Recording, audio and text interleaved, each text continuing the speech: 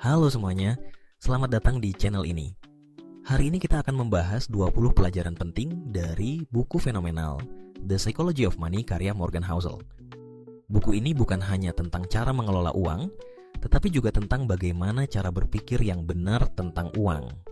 Tapi nggak cuma itu, di setiap poin kita akan hubungkan langsung dengan kisah nyata dari tokoh-tokoh penting seperti Warren Buffett, Steve Jobs, Elon Musk, Oprah Winfrey, dan lainnya. Jadi, siapkan diri kamu dan mari kita gali makna di balik uang lebih dari sekadar angka di rekening. Pelajaran pertama, real wealth is the money that you don't see. Kekayaan sejati bukanlah mobil mewah atau rumah besar yang dipamerkan di media sosial. Kekayaan sejati adalah uang yang disimpan, bukan yang dihabiskan. Orang kaya yang sesungguhnya seringkali tidak terlihat kaya karena mereka memilih menunda kenikmatan demi kebebasan finansial jangka panjang. Contohnya, Warren Buffett. Meski memiliki kekayaan lebih dari 100 miliar dolar, Buffett tetap tinggal di rumah yang sama yang ia beli 67 tahun yang lalu. Ia tidak menunjukkan kekayaannya lewat gaya hidup mewah, tapi lewat hasil investasi jangka panjang. Ingat, mobil sport dan jam tangan mahal bukan tanda kaya. Yang nggak kelihatan justru yang paling bernilai. Pelajaran kedua, focus on lowering risk, not maximizing reward. Alih-alih mengejar cuan besar, fokuslah pada cara mengurangi risiko. Karena jika kamu kehilangan uang dalam jumlah besar, butuh waktu dan energi yang lebih besar lagi untuk mengembalikannya. Prinsip ini penting untuk bertahan dalam jangka panjang. Elon Musk adalah orang yang ambil risiko besar, iya. Tapi bahkan dia tahu, risiko harus diperhitungkan. Saat hampir bangkrut di tahun 2008, dia membagi dana terakhirnya ke dua perusahaan, Tesla dan SpaceX. Tapi dia tidak bertaruh segalanya di satu tempat karena itulah bentuk manajemen risiko. Pelajaran ketiga, focus only on factors you can control. Pasar saham, inflasi, atau krisis ekonomi itu di luar kendali kita.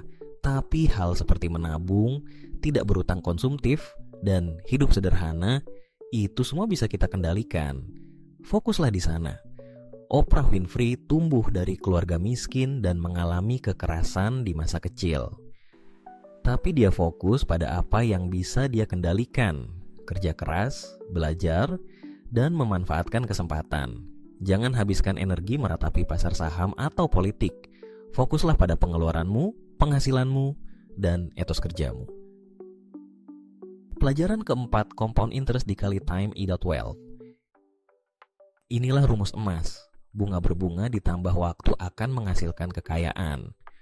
Bahkan dengan jumlah kecil, jika kamu rutin menabung dan berinvestasi, hasilnya akan luar biasa dalam 10, 20, hingga 30 tahun ke depan. Albert Einstein menyebut bunga berbunga sebagai keajaiban dunia ke-8. Warren Buffett mulai berinvestasi di usia 11 tahun, tapi kekayaannya mulai meledak setelah usia 50. Mengapa? Karena kekuatan bunga berbunga yang bekerja selama puluhan tahun. Kuncinya, mulai sekarang dan sabar. Pelajaran kelima, money doesn't get people's respect. Uang tidak otomatis membuat orang lain menghormatimu. Seringkali, justru makin kaya seseorang, makin banyak juga yang iri. Respect datang dari sikap, bukan isi rekening. Steve Jobs dihormati bukan karena kekayaannya, tapi karena visi dan karyanya yang mengubah dunia. Uang mungkin memberi kekuasaan, tapi bukan respect. Orang akan menghargai karakter, bukan saldo rekeningmu. Pelajaran kena, only take risks you can recover from. Ambil risiko, iya, tapi pastikan itu adalah risiko yang bisa kamu pulihkan kalau semuanya gagal. Jangan pernah bertaruh rumahmu, kesehatanmu, atau hubunganmu demi uang. Howard Schultz, pendiri Starbucks, pernah meninggalkan pekerjaan stabil demi ide kopi. Tapi dia tetap menyisakan rencana cadangan dan jaringan pendukung. Ambil risiko, tapi pastikan kamu bisa bangkit jika gagal. Jangan bertaruh seluruh hidupmu pada satu langkah. Pelajaran ketujuh, never ever happen, tidak sama dengan won't happen. Fakta bahwa sesuatu belum pernah terjadi bukan berarti itu tidak akan terjadi. Banyak orang meremehkan kemungkinan krisis karena merasa belum pernah mengalami. Padahal dunia penuh kejutan. Pandemi COVID-19 adalah bukti terbaiknya. Sebelum 2020, siapa sangka seluruh dunia akan pause. Jangan pernah merasa aman hanya karena sebelumnya belum pernah terjadi. Selalu siapkan plan B, C, bahkan D. Pelajaran ke-8, focus on your systems, not outcomes. Daripada hanya memikirkan hasil, bangunlah sistem yang baik. Misalnya, daripada hanya berharap kaya, buat kebiasaan disiplin menyisihkan uang setiap bulan. Hasil akan mengikuti. James Clear, penulis Atomic Habits, menekankan pentingnya sistem.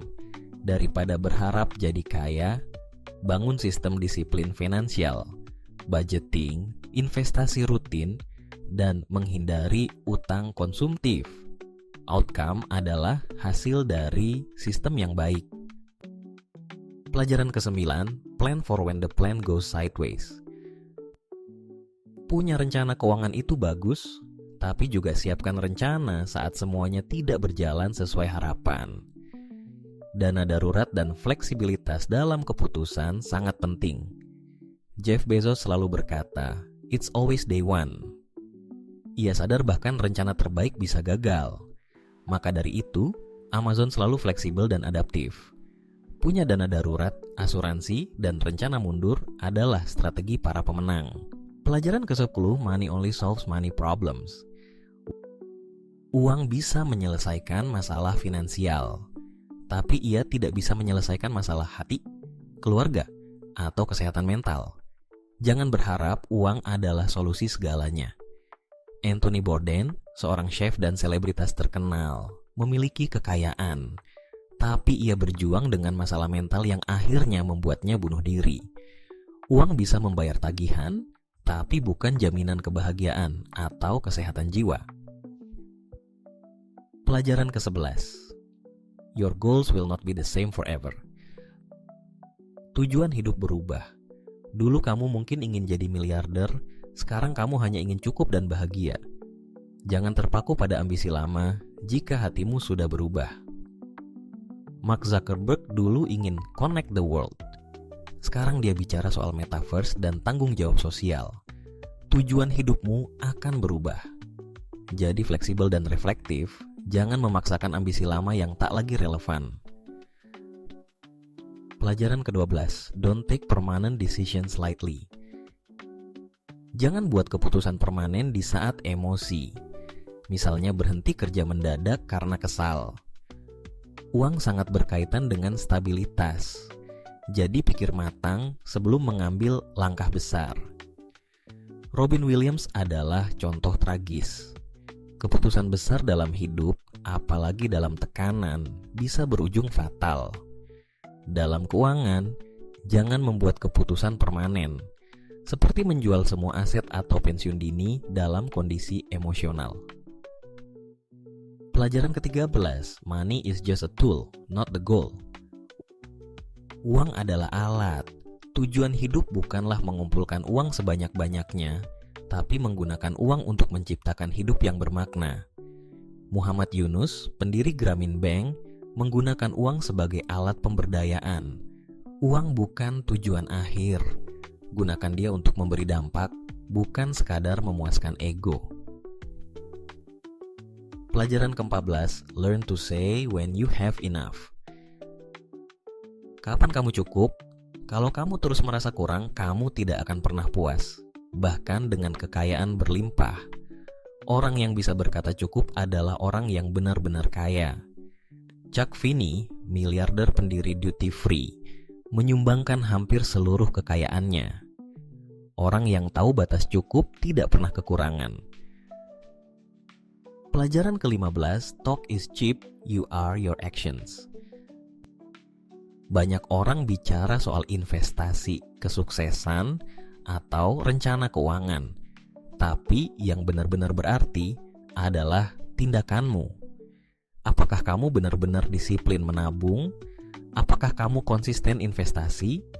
Banyak orang pamer rencana investasi, tapi tidak punya portofolio yang sehat. Seperti kata Gary V, execution is everything. Jangan hanya bicara, lakukan. Pelajaran ke-16. Decisions are never perfectly rational.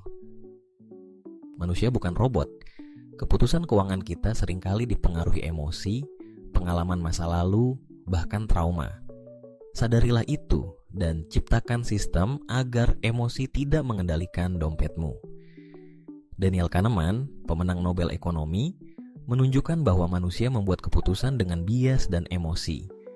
Sadarilah bahwa kamu pun tidak rasional. Maka buat sistem agar keputusan finansialmu lebih objektif. Pelajaran ke-17, don't fear change. It will happen inevitably. Perubahan tidak bisa dihindari, nilai uang, gaya hidup, pasar, semuanya akan berubah. Jadi, jangan terlalu nyaman. Adaptasi adalah kunci bertahan. Blockbuster menolak berubah lalu kalah oleh Netflix.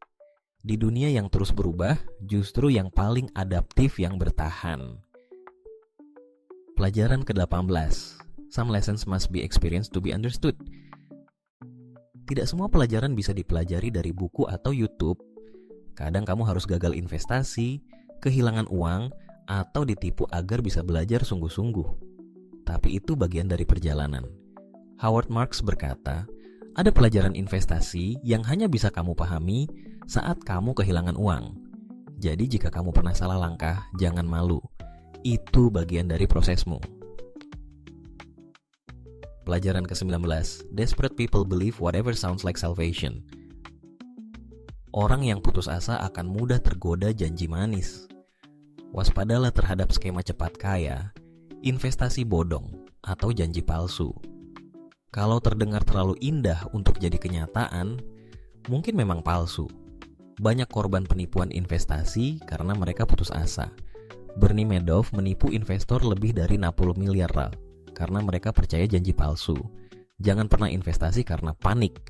Gunakan logika, bukan emosi. Pelajaran ke-20. The best thing that money can buy is your freedom. Dan yang terakhir, hal terbaik yang bisa dibeli uang bukanlah barang, tapi kebebasan. Kebebasan untuk memilih pekerjaan yang kamu cintai. Kebebasan untuk menghabiskan waktu dengan keluarga. Kebebasan untuk hidup dengan tenang.